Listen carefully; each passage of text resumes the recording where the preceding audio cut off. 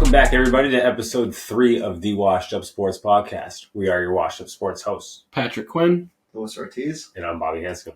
Today we'll be getting into the NBA play-in and playoff matchups.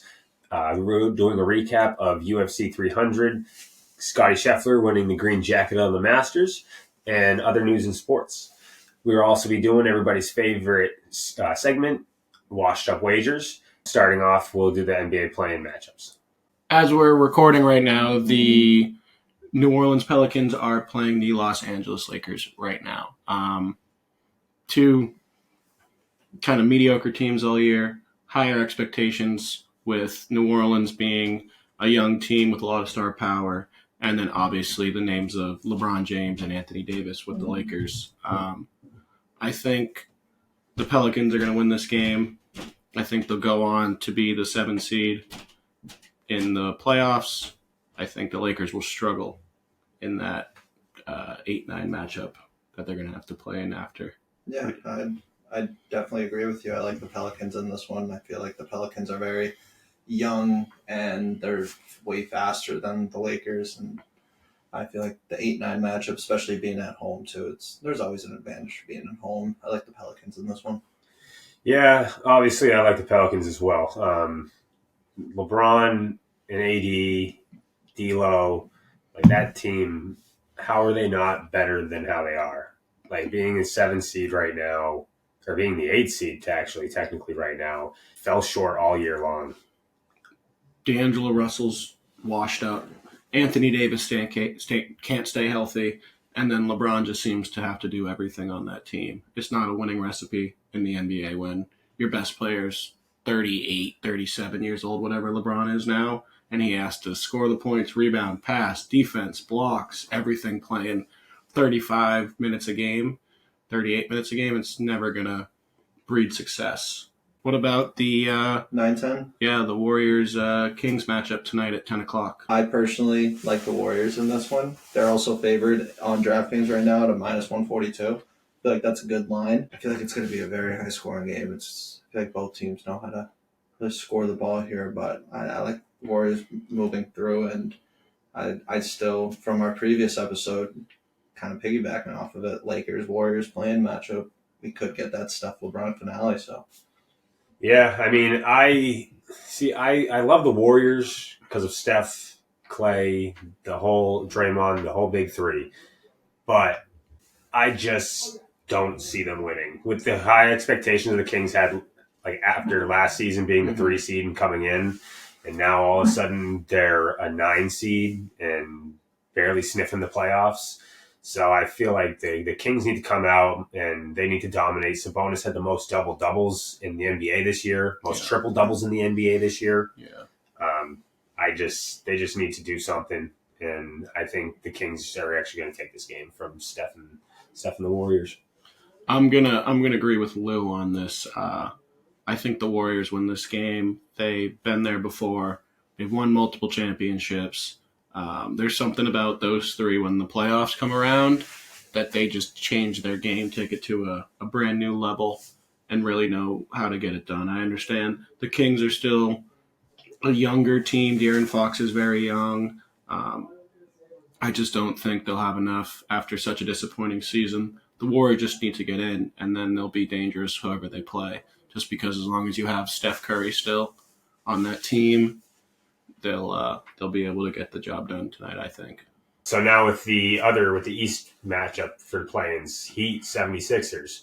That's going to be a great game if Embiid's playing. That's the golden question right there, or the golden ticket is Joel Embiid going to play? How many minutes is he going to play? And how effective is he going to play? Since Joel Embiid has returned, he has not dunked a basketball once, which is a crazy thing to say. He's 7'2" and has not dunked a basketball since his return from his knee injury. I think I saw Embiid miss 36 games this year. Yeah. With him missing those 36 games, he was still 14th in the league on free throw attempts. Really?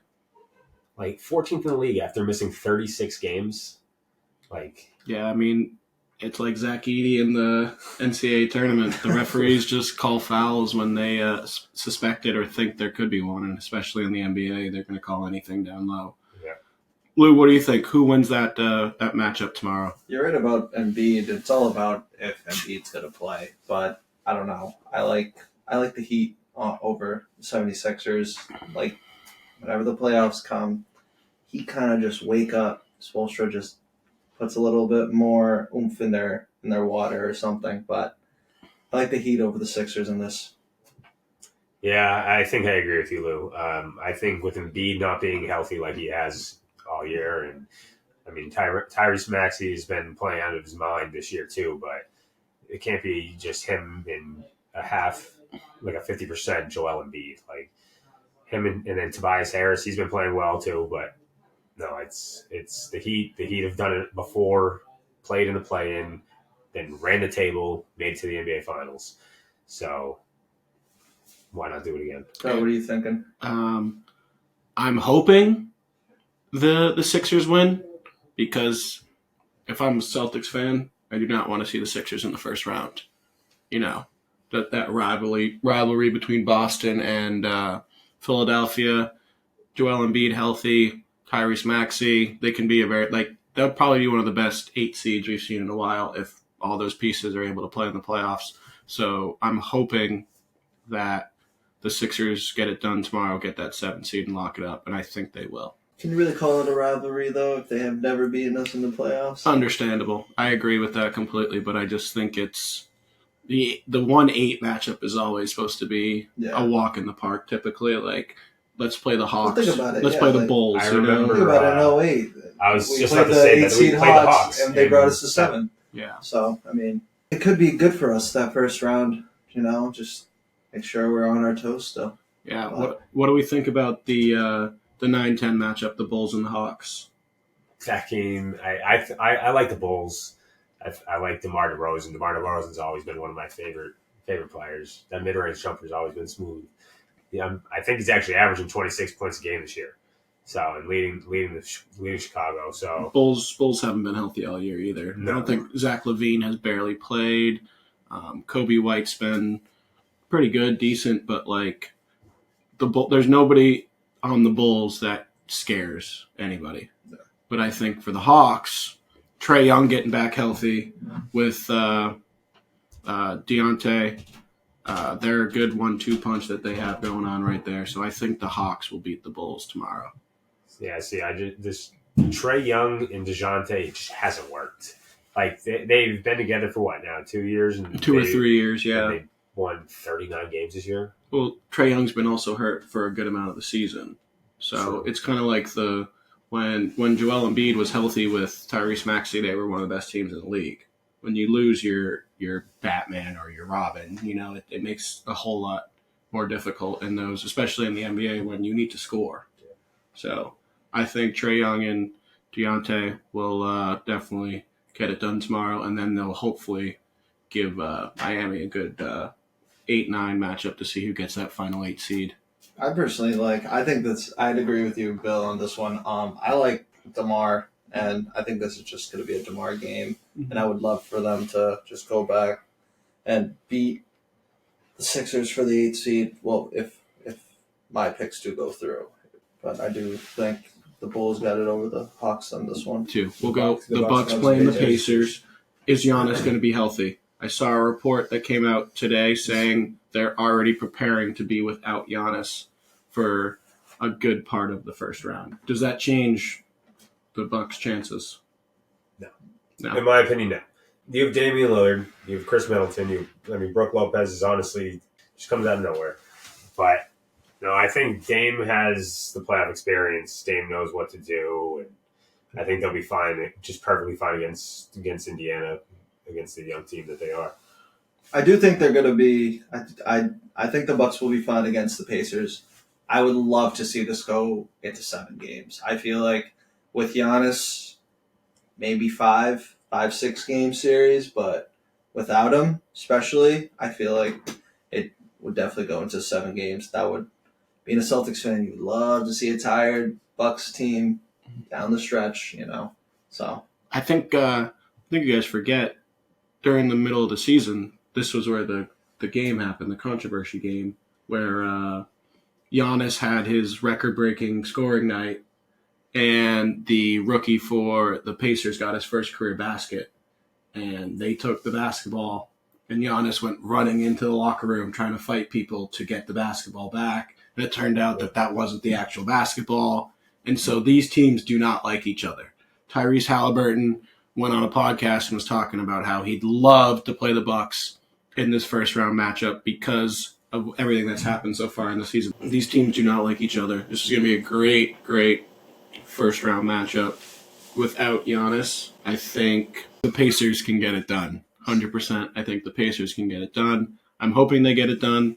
The Pacers can score the basketball with anybody, and the Bucks do not like to play defense. That is something where if you can outscore the Bucks, you're going to win the game. I mean, the Pacers dropped like 160 points the other day against the Hawks. So I'm taking the Pacers actually to win this series. A lot of points being scored. They scored a lot of points during the regular season matchup. So it all comes down to Giannis and his health, though. Mm-hmm. That completely changes it because then Siakam will be matched up against Giannis, and that I think would be a good matchup. I think Giannis destroys him, though. I don't think Siakam is. I mean, I guess Siakam's an all-defensive player, but he doesn't stand a chance. The Pacers have also not played the Bucks with Pascal Siakam this year. So that'll be an interesting turn of events that they could possibly show in the series. Now the next matchup, Cavs Magic.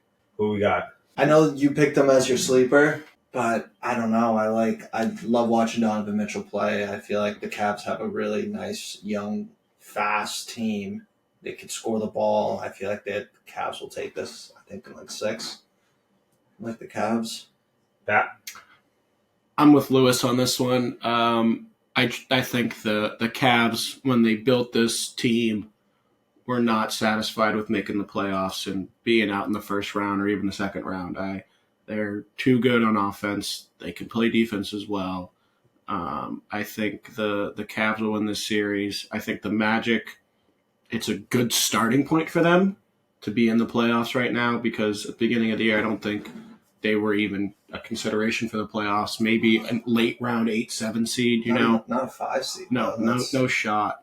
I think the Cavs will win this series in probably 5 or 6 games. Yeah, you see, I think the Magic take this in 5 or 6. So, Apollo, Franz. Mm-hmm. Franz has been stupid this year. Yeah. So you have the great young core. I think that they just end up dominating Cleveland. It'll be a good matchup between him and Evan Mobley for sure. Yeah. That'll be a very good matchup between Franz and Evan Mobley. And then can anybody stop Donovan Mitchell from scoring? Darius Garland can also score the basketball. So it'll be a very exciting matchup, I think. One of the best in the first round for sure. The guard matchups are going to be good. Yeah. With Donovan Mitchell and Garland, with Cole Anthony. And Jalen Suggs. Yeah. That's gonna be fun to watch. And will Paolo Banchero be will he be the player that he's been this entire year too? First time in the playoffs. Yeah. Let's see what he can do. Yeah, 100%. Now in the West, we have the Suns versus the T-Wolves. The T-Wolves are actually underdogs in this series, obviously with Devin Booker, Kevin Durant, Bradley Beal. I assume that they would be too, with Kevin Durant being with all that experience in the playoffs. Yeah, this series is going to be a tough one to pick. You said the Suns are favored in this series. Yeah. With Devin Booker, Kevin Durant, Bradley Beal, I mean, if they can all play to the potential they've had and they've shown in the past, this could be an extremely intriguing first-round matchup. But the young core of the Timberwolves right now, Rudy Gobert is playing really well. Anthony Edwards is just unbelievable. Yeah. I like to see the T-Wolves beating the Suns. I think this dream team the Suns have created has just blown up in their face this year and years past. I like to see the T-Wolves get through to the next round. I think so. My sleeper for the Suns to actually go through and actually be dominant in the postseason this year is Nurkic. Mm. Like if he's not the one dominating the boards and being the guy that is like the man in the post, like they need that presence down low.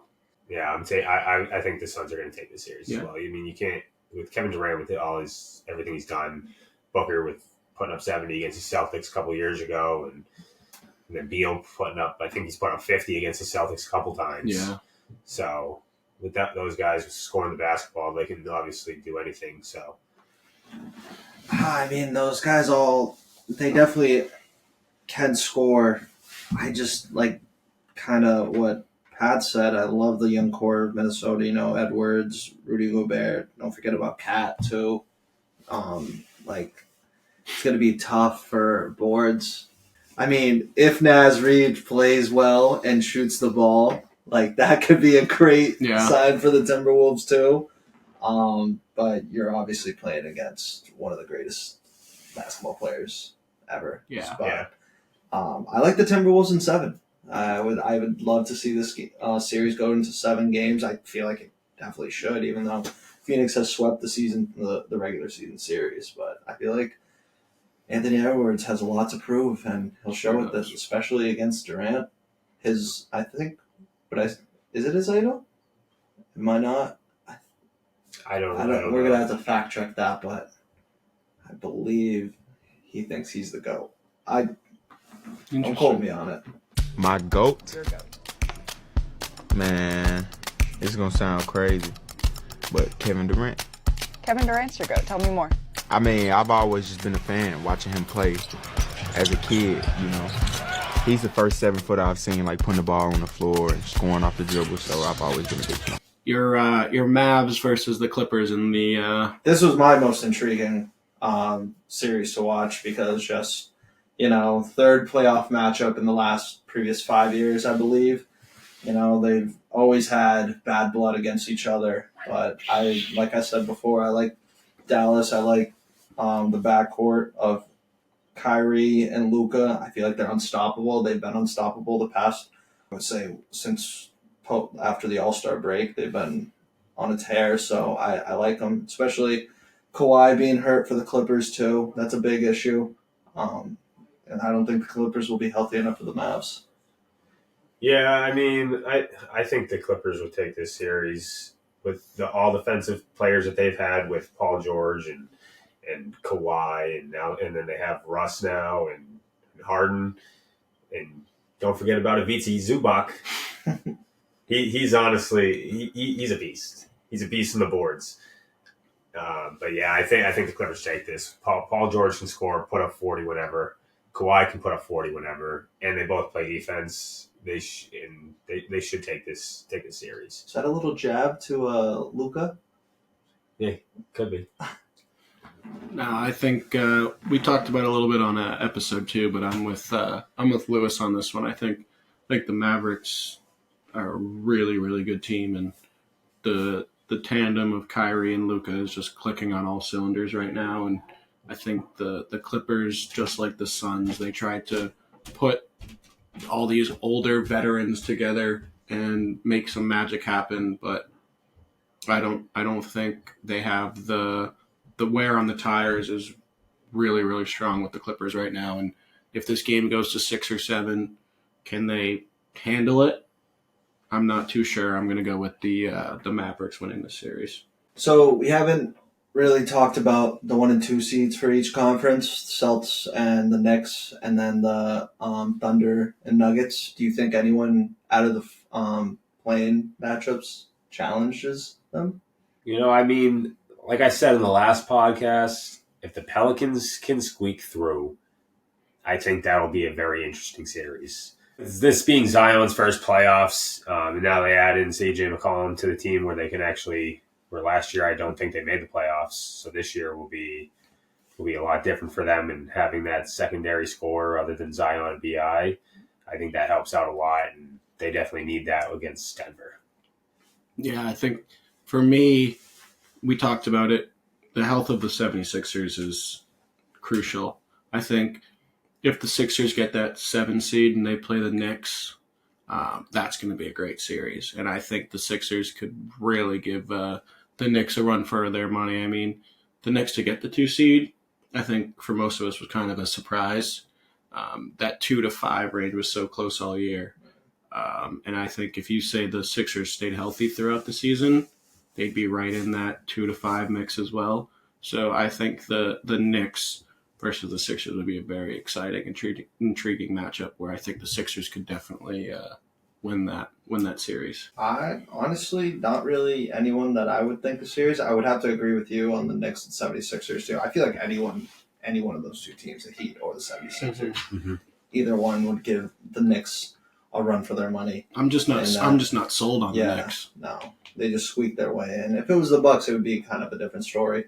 But yeah, in the West though, I feel like the Nuggets and OKC, they feel like they're fine with whoever they play. Yeah, we have a 2-time Green Jacket winner at the Masters over the weekend in Scottie Scheffler. Second fastest 2-time too. I think it took him. I think it was his 5th Masters career start. So took him 5 times to win it twice. Yeah, I mean, is he the next Tiger now? Is he gonna be up there fighting for all those majors? I think he'll always be fighting for them. It's just so hard to win. Like Tiger has 15, 16 major championships right now. That's just so tough to do. And Scotty has only won the Masters. He hasn't won the U.S. Open. He hasn't won the PGA. He hasn't won the Open yet. So it's very hard to compare to Tiger, I feel like. But it's awesome that got his second win in the last 3 years, you know. Speaking of Tiger, matched up with amateur Shipley. I know it. Reports going around that he passed a note to Shipley. Yeah, I mean Tiger shot 82-77 on his Saturday-Sunday rounds, and he wasn't in contention. The only reason this is news is because it's Tiger Woods. You know, like if this was some random guy down at the bottom of the pack, nobody would care in the world. But since it was Tiger Woods and the prestige of the Masters and Augusta and all this stuff where there's these unwritten rules and what you're not supposed to do, I think they made it more than what it was. I don't think it's that big of a deal. Nothing will ever come about this. It's just Tiger Woods is in the news for something, again, that isn't related to his golfing. You know, like it gets clicks and the media wants to talk about it. But I think the crazier thing for Tiger, his first ever major coming in last place after making the cut, which is that's insane. That's insane, unbelievable. Hey, longest streak in the Masters to make every cut since Gary Player. Yeah. 24, right? I think so. Yeah. 24 cuts in a row. Yep. But no, I mean, it was great to see him out there again. It's just he doesn't play enough. You know, they said he's played something to the extent of 26 holes of golf this year. I think it was the most unprepared he's been for a Masters in his entire career. And he had to play 24, 25 holes in one day because of the rain and the wind delay that happened on Thursday.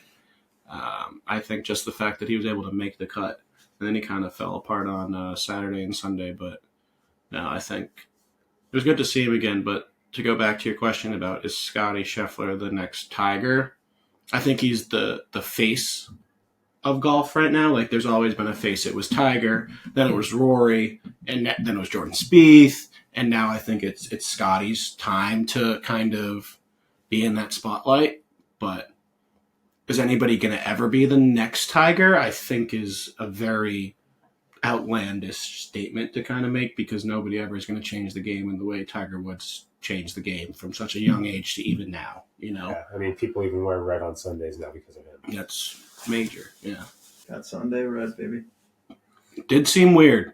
It did seem very weird. Seeing him on Sunday, not Nike. In a Nike logo right there, Nike black swoosh with a red polo on. Yeah. I didn't like it. I didn't like it one bit. But Nike's going away from golf. He wanted to do his own thing, and I'm sure he's getting absolutely paid for this. It's Tiger Woods' brand. You know, anyone's going to try and buy that stuff. Yeah. Now, Pat, your guy and my guy from last week, Morikawa and Homa, they played pretty damn well until the final day. Morikawa played unbelievable until the final day. He actually didn't have the final day. He double bogeyed twice. He actually didn't birdie from the 8th hole on Saturday to the 8th hole on Sunday. Yeah, not a single birdie.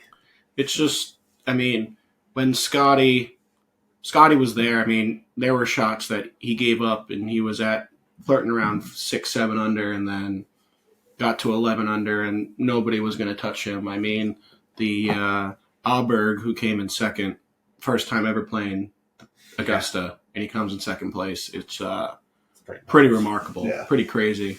But I mean, when you're at 11 under and you can shoot 4 or 5 under on the final day, and the rest of the field is maybe 1-2 under, you're going to set yourself up for success every single time.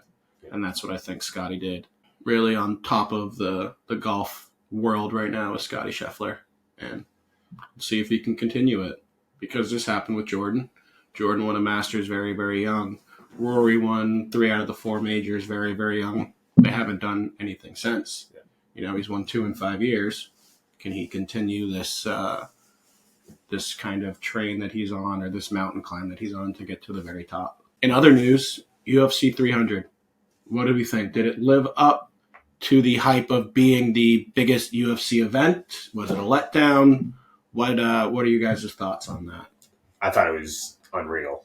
There was one fight that I didn't like. That was the one that I actually took to win, the Aljamain Sterling fight. That fight was just boring. Like, it just wasn't fun to watch. It was just Aljamain just grabbing and holding the entire time. It wasn't fun to watch. But other than that, the Holloway fight against Gaethje, that was unreal. Watching Holloway knock him out with a second left in the round.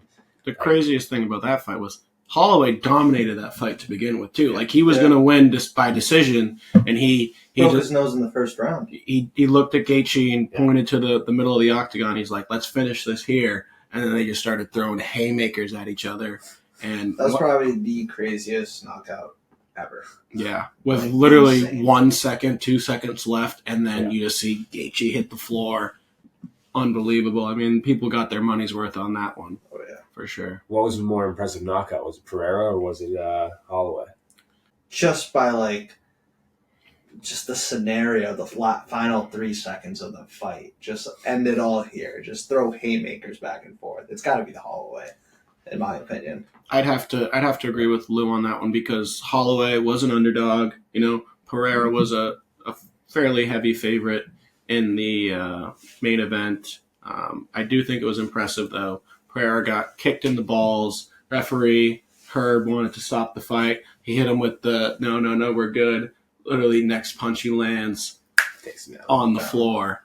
But just the pure intensity of those last 15, 20 seconds in the Holloway fight, the stamina you have to go through, going the distance, and then at the very end, we're going to leave it all out there, and just landing that right there, and down he goes. Yeah. I definitely think the Holloway fight was the best one of the night. Yeah, I tend to agree. I think a big thing for me, though, was how the hell did I not call Jan being tapped out in the final of the first round against Sang? Oh yeah, she was done. She was wobbling. If you're any sort of doctor, she was out. She was out cold. But she went on the 5 rounds. I'd commend her on that. Yeah. But wow. That's super impressive to be almost unconscious, or pretty much unconscious, coming back, breathing again, getting up, realizing the round is over, and then you're like, fuck, I got 4 more of these to go. And then to actually be able to go the distance with such a good fighter like Zhang she is, I think that was unbelievable. But yeah, it was crazy that they didn't call it in the first round. Yeah, I don't understand that. That makes no sense to me either. Yeah, unfortunately, from my washed up wager last week, I had her for TKO. It would have been nice to just have her submission, so that would have cashed me out. That would have made it real easy. First round, done and dusted. Don't have to worry. Sweat out the last 4 rounds, but win some, you lose some. Yeah, she got the win in the end, but wasn't the exciting win that we thought it would have been for her. Did any of you see the Holly Holm fight? No, I did not. Did you? Yeah, I watched it. Yes.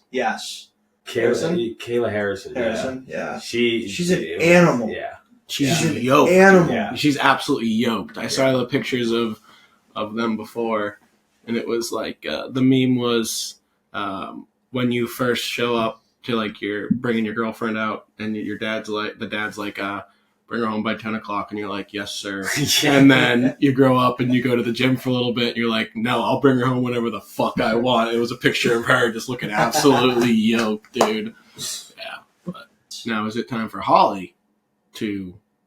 Absolutely. She's 42. Yeah. She's done her time. She's 42? She's 42. Holy shit. Yeah. Yeah. It's time for her to say goodbye. Kayla Harrison, I believe, is 38, too, or 37. I think she's up there, too. Wow. So. God, but she could take anyone down. Oh, Yeah. UFC debut, right? Yeah, I think it was, yeah. That's a way to make a UFC debut right there. The woman who beat Ronda Rousey, you just absolutely wiped the floor with her. Yeah. That's very impressive. Now, guys, Conor McGregor coming back against Michael Chandler. UFC 303. I think he got sick of that Lambo yacht then. Because I think he wants more money. I honestly think it's not even... Like, I think Michael Chandler wipes the floor on McGregor. I used to love McGregor, but no, I think Michael Chandler wipes the floor with him. It'll be certainly an interesting one, because the last image we have of Conor McGregor in the UFC is when his leg just absolutely snapped in half. Yeah. And I mean, the gruesome rehab that you have to go through to come back and fight. And I mean, he's doing movies now, commercials, all these other things. Has his focus changed from being in the octagon to making Conor McGregor the celebrity the biggest possible? So that'll be interesting. I mean, I'm excited to know, even if the fight sucks, just the shit talking that McGregor can do, the publicity that comes behind it, how he's going to get under Chandler's skin with everything and anything. It'll make the lead up to the fight unbelievable. I'll be interested to know what the opening odds are and how much they change before fight night. But I don't know. I'm hoping McGregor can do it, but I just don't know what kind of shape he's in. Boxing and wrestling and takedowns and all that kind of stuff will be when it comes to the fight. I feel like McGregor's just such an animal that he'll just pick up the phone whenever Dana calls him. He's like, I'm fighting him? Okay. And then he'll just train his ass away. I feel like he'll be as prepared as he'll ever be for the fight. The ultimate fighter. So with the captains, right? They always end up fighting each other at the end. So it was going to happen no matter what. Yeah. But they asked, this is all under McGregor's terms, what he wants. Michael Chandler doesn't care. So it's like they were asking him, like, how much do you want? Whatever, this and that. Then they were saying, like, what's the weight class going to be at? Is it going to be at 175? Is it going to be at 185? Michael Chandler's like, I don't give a fuck. I'll fight him at any type of weight, and I will whoop his ass. And it took McGregor about 7 months to finally come to terms about it. And so it's about time. I think he's done now, though. Yeah, well, you gotta also think McGregor was filming that Roadhouse movie, and he was probably in that movie looking like 230, 235. So he had to worry about finishing that first, and then being like, okay, I need enough time to cut weight to 175, which is what the fight's going to be at, which is a lot of weight. That's what they locked it in. They locked it in 175. Yeah, it's either 170 or 175. There you go. Our producer, Zach, just gave us the odds right there. Conor McGregor early opening odds minus 120. Michael Chandler plus 100. See that changing at all? You think that's going to be? I think it'll change. I think it'll end up favoring Michael Chandler. But here's what you got to think. All the money is going to go towards McGregor, which is going to move the line, I think, in the opposite direction. So this line could end up being minus 180 McGregor. Chandler maybe close to like plus 200 at the end of it, because all that money is just because it's Conor McGregor, is going to go on Conor McGregor and change that line in his favor. That's fair. And if that happens, I will gladly throw money on Michael Chandler. There you go. Well, then when that fight happens, that'll be in your washed up wagers at that night. Absolutely, it will. It's Conor McGregor back in the octagon for the first time in, what is it, 2 years now? Year and a half at least? I think 2, yeah. So a while. He makes the fight more entertaining because of the antics that he puts into it. And that'll be what gets everyone to watch it if it's a 3-round fight. Let's see what he cooks up now. It'll be exciting. Let's wrap it up with other news going on in the sports world. How the hell is Angel Hernandez such a goddamn bad umpire. I don't get it. How is he still an umpire? Like, it He makes no can't sense. see. No. He cannot see. I think it's just like the issue is just like any other thing. There's a union for umpires in the MLB, and so it's extremely hard to get fired from it. You really gotta do something very bad, more or less off the baseball field to get fired from it. But it makes You would no think sense. you would think calling 3 balls, 3 strikes in a row. Get you fired. It's not even just that. Like, he's missed so many calls in like the last, I want to say it's been like 2 years, 3 years. He's missed so many calls, and it's like if someone is doing poorly at their job in the real world, they're getting fired. Yeah. Why is it not the same for the MLB? I completely agree with you, and I think every lead up to an MLB season, one of the talking points is going to be how badly is Angel Hernandez going to do at his job this year. You know, like, I think the managers of the teams, the players all know if you get Angel Hernandez as the umpire of this game, he's going to miss some calls. He's going to call some strikes that were balls. He's going to call some balls that were strikes. It's just how it is, and I don't know what Rob Manfred really does as an MLB commissioner to begin with. Yeah. So I think him worrying about Angel Hernandez is really not one of his top priorities. So does that lead into, say, the MLB doing like pitch reviews, where I know as the AAA does it, where if they want to argue a pitch or a strike or a ball, they just tap their helmet. Yeah. Like, would that? You think that would lead the MLB to kind of push towards that now?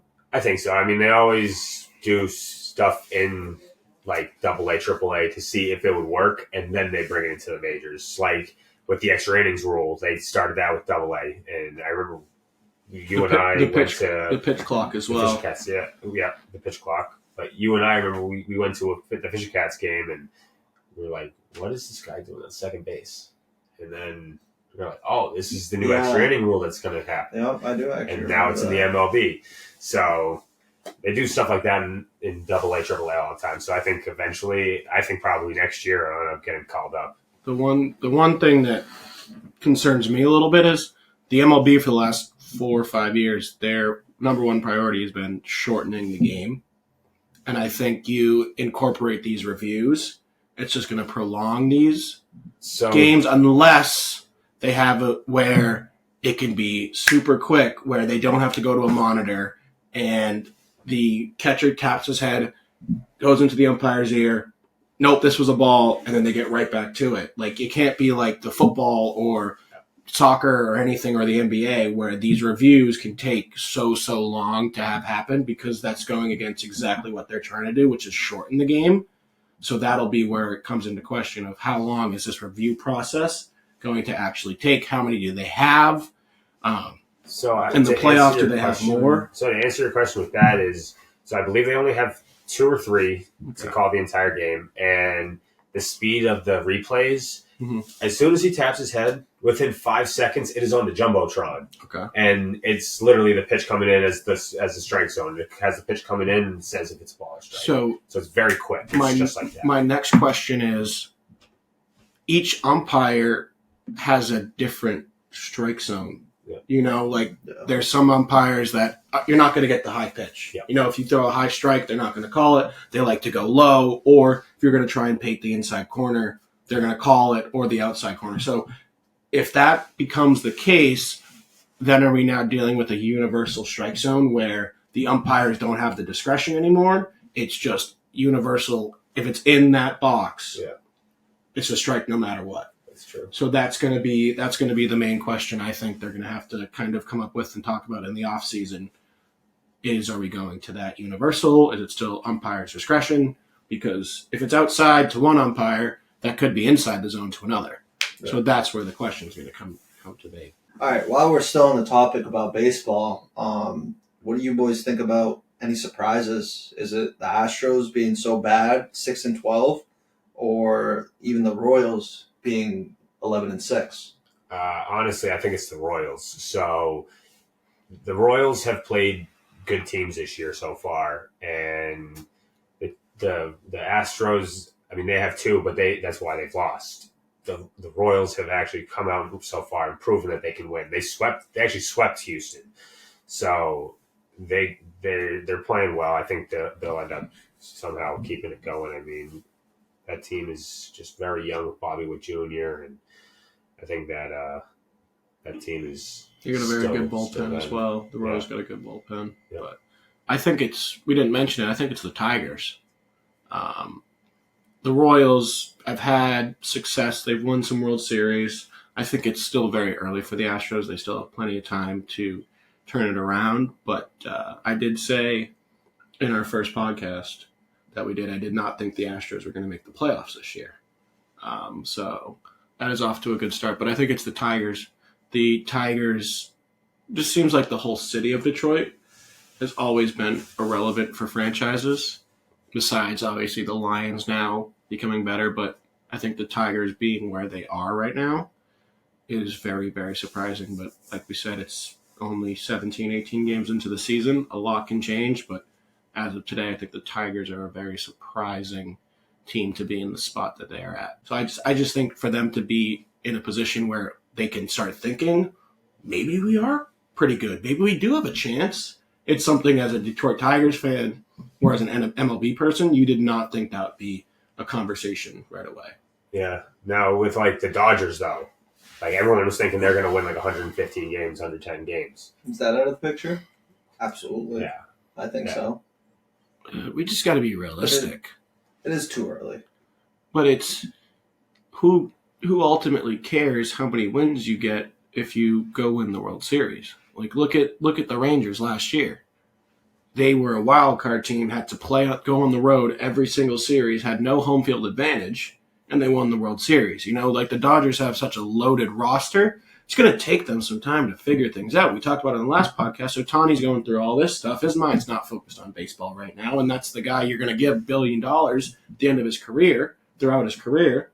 So it's going to take them some time. Kershaw's old, still trying to figure it out. You can't expect him to put up the numbers he can put up. Just wait for him to get to the playoffs. Glasnow's coming to a new team. It's going to be interesting with the Dodgers. I don't think there's any cause for concern right now. When we get to the All-Star break, and if they're maybe at 500 or around the 500 mark, then it's cause for concern.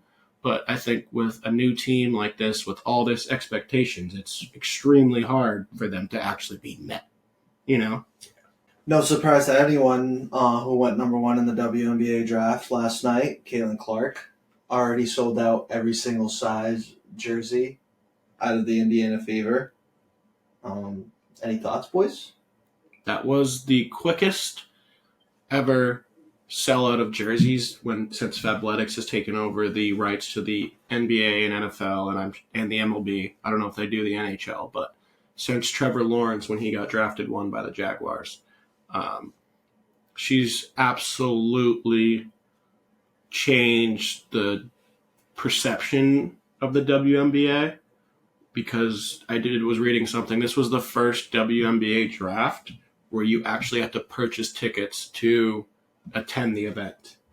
Normally, it was they just wanted people to go. You know, they just wanted anybody to go, free tickets, whatever, buy food, drinks, whatever you want to do. This was the first one where they actually had ticket prices to attend this event. And as Lewis said in the last podcast too, it's like they also have 36 out of their 40 national televised games. That was even before she was even drafted, which is unreal. Because they just knew it was going to happen. Yeah. And like one of the teams that they're playing is actually going and playing at a different stadium because it has 8,000 more seats. The Las Vegas Aces are moving to T-Mobile Arena, where they hold all the UFC events, and it's kind of like the home of the Golden Knights, right? Yeah. It's kind of like the Messi factor. I mean, Lionel Messi played against Sporting Kansas City, and they played that game at Arrowhead, which is a football stadium. When you have such a big name like that draws the attention that is granted. I mean, I know she's never played an WNBA game yet, but just the pure noise and attention she's getting, it's completely changing the sport and allowing a brand new audience of people to come and watch it. Let's wrap it up with, obviously, the Olympics are this summer in Paris, France. And USA Basketball has just released their 12-man roster. I got the team right here. You guys want to? Yeah, I've seen some of that. I haven't seen the whole thing. So we got Curry, we got Devin Booker, Drew Holiday, Anthony Edwards, Halliburton, LeBron, KD, Jason Tatum, Joel Embiid, Anthony Davis, Bam Adebayo, and then the final roster spot was Kawhi Leonard. For me, my surprise is Drew Holiday. Sure. You got Dame Lillard isn't part of the squad. You have Jalen Brunson, not part of the squad. You have Kyrie Irving, not a part of the squad. I don't know if they just didn't want to play. You had to take the big names. You had to bring LeBron. You had to bring Steph. You had to bring KD. Anthony Davis, and Anthony Davis was in there. I do like the addition of like Ant being added into it. It'll be interesting because this will be the first time since probably 2016, 2012. I'd say 2012. 2016 team wasn't even that where they good. really brought their best roster. Yeah. And I think that has to do with the team that France will put out, the team that Canada has already said they're going to put out with Shea, Jamal Murray, Zach Edey, Dylan Brooks. You got the Greek team with obviously Giannis and his brothers. So Spain always has a good team. I think this roster shows that they're competing because they need to go back on top with winning a gold medal. And I think if they don't win a gold medal, it was a disappointment. Oh, absolutely. I mean, there's a reason why LeBron's there. Little redeem team part 2 in my eyes. This is LeBron's last Olympics though?